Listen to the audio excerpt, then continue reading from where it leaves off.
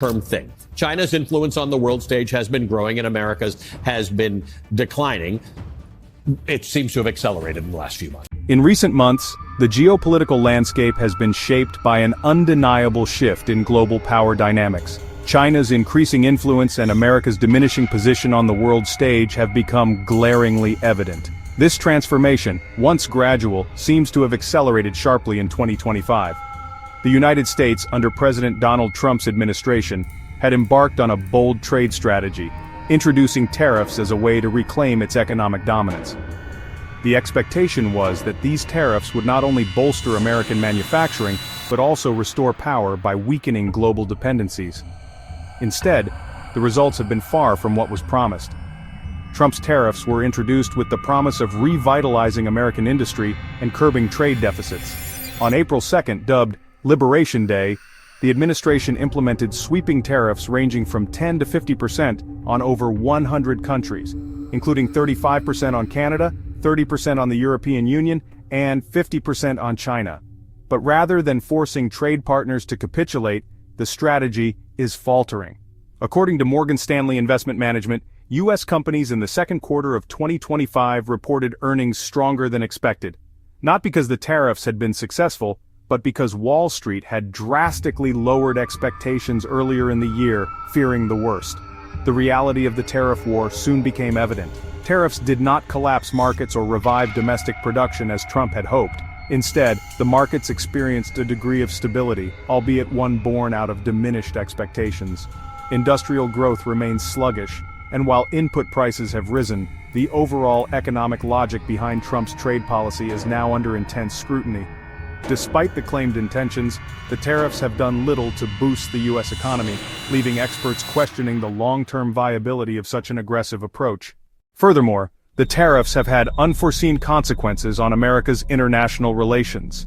Longtime allies who once looked to the U.S. as a pillar of global leadership are now quietly distancing themselves. European officials have started to describe the U.S. as an unreliable partner, and trade negotiations with the EU have stalled. Countries like Japan and South Korea have sought independent energy deals with Canada, bypassing Washington entirely. This erosion of trust is perhaps the most concerning result of Trump's trade strategy. U.S. influence, once bolstered by its economic power and military might, is now fading. The soft power that America once wielded through international cooperation and cultural exchange has been severely undermined by the administration's inward-looking policies. According to Freedom House, the number of democracies worldwide has declined for 19 consecutive years, and while Trump didn't initiate this decline, his policies have only accelerated it. Meanwhile, China has been quick to capitalize on these shifting dynamics. No longer waiting for permission from the U.S., China has responded with greater confidence and strategic foresight. In April 2025, China imposed retaliatory tariffs as high as 84% on U.S. goods. The Chinese government has also doubled down on its Belt and Road Initiative, pledging over $1 trillion in investments across Asia, Africa, and Latin America, securing new trade partnerships that leave the U.S. with little competition. While America focuses on confrontation, China has pivoted to diplomacy, laying the groundwork for long-term global influence. In contrast to the confrontational stance of the U.S., Canada has taken a more calculated approach. After being hit with 35% tariffs, Prime Minister Mark Carney of Canada announced a sweeping economic realignment strategy, aimed at reducing dependence on U.S. trade while simultaneously boosting ties with other global partners, including the EU and Mexico. This strategic shift has involved a concerted effort to reduce exposure to U.S. supply chains and build regional alternatives. This reorientation reflects a fundamental shift in global economic alignments. Once a key partner to the United States, Canada is now pursuing a more independent path, positioning itself as a key player in a new multipolar world order. The impact of Trump's tariffs on Canada was swift and significant. The imposition of a 35% tariff on Canadian steel in early June 2025 led to an immediate collapse in exports, job losses, and the severing of one of the world's most tightly integrated cross-border industries. However, instead of retaliating in kind, Prime Minister Mark Carney unveiled a well-calculated economic realignment strategy aimed not just at shielding Canada from the fallout, but at creating long-term growth and stability.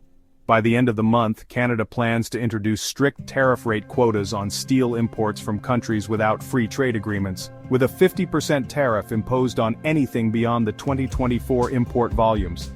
To support domestic steel production, the Canadian government will inject $1 billion into modernization efforts, with a focus on increasing the production of higher-value steel products. The government plans to allocate $70 million for training and income assistance for up to 10,000 steel workers, helping them transition to new roles or industries.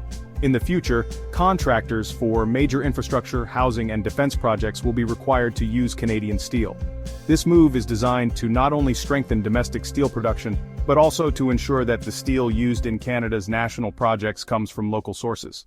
At the heart of this transformation is the rise of the BRICS alliance, comprising Brazil, Russia, India, China, and South Africa, which is becoming a counterweight to the US-dominated global order.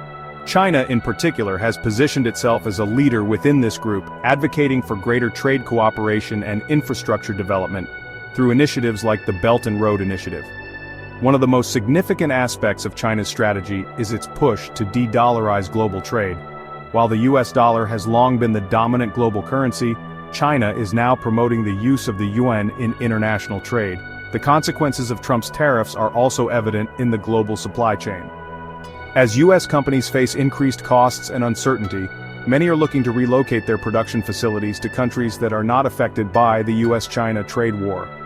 This has led to a diversification of global manufacturing hubs, with countries in Southeast Asia, Mexico, and even parts of Africa emerging as new centers of production.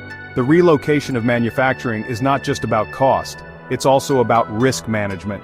Companies are moving away from the US and China to avoid the volatility of a trade war that shows no signs of ending. As the US retreats from its traditional role as the global leader in trade and diplomacy, other nations are stepping up to fill the void. The World Trade Organization, the International Monetary Fund, and other global institutions are all being reshaped. As the US pulls back from international cooperation, China and other emerging economies are increasingly taking the lead in shaping global trade rules. The EU, Japan, and even India are becoming more vocal in their opposition to the U.S. trade policies. The global economy is entering a new era, one in which traditional power structures are being dismantled, and countries are increasingly looking inward and outward, building more diversified and independent economic networks. The U.S., in its quest for dominance through tariffs and economic pressure, is finding itself at a crossroads. Whether it will adjust its strategies or continue down a path of isolation remains to be seen.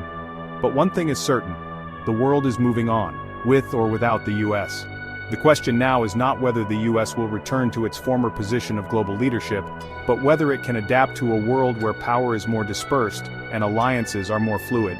Trump's tariffs were intended to strengthen the US economy, but they have instead catalyzed the rise of new global powers, forcing the US to reconsider